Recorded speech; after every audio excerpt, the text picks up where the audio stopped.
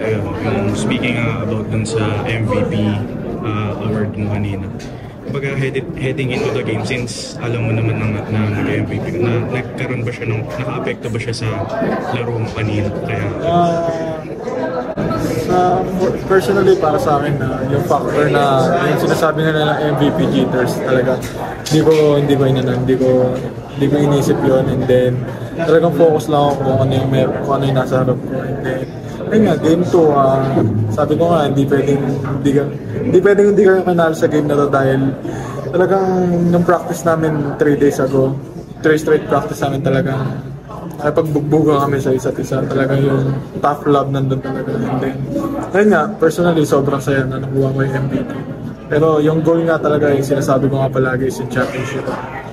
KQ, nung game 1, bad game, tas parang sa'yo ano lang yung mga natutunan mo dun para makabawi dito, maka-force ng game?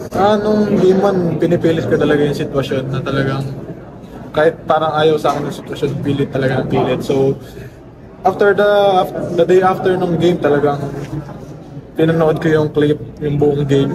Talagang hindi ako masyado nakatulong.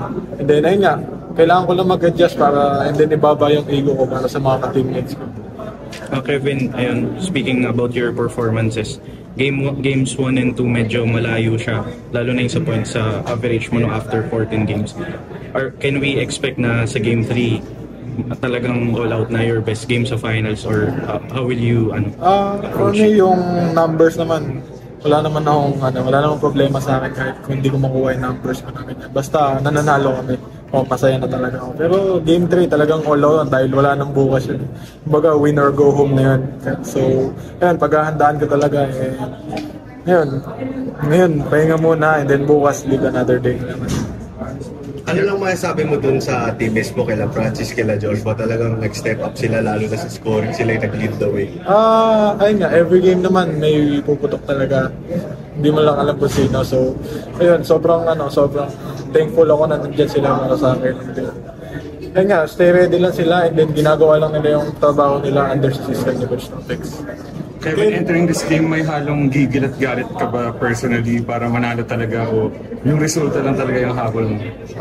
I think yung gigil factor medyo meron pa din, pero ayun nga, as much na gusto ko nang kalimutan yung nangyari sa akin ng game 1 na medyo pumapasok pa din sa isip ko. So, ayun, sinabi ko lang sa sarili ko na kailangan ko lang trabahuhin every possession, and then find a way kung paano ako maging effective sa game nito. Kaya grabe yung depensa sa'yo ng NU Bulldogs, yung mga former teammates mo. No? How do you keep your head in the game? Kasi nakita natin medyo nagkasakafon si Raylan at si Evan kanina. I think kasi nung high school tapos na iba, magkalaban na kami ngayon. So, masaya ako na nagka-thrive sila under sa system ni Coach Cole. Pero ayun nga, ang focus ko is yung team namin, yung Lasal nga. And then, yung scaffold nila siguro kanina, talagang part of the game dahil alam mo, finals to, ibibigay mo lang.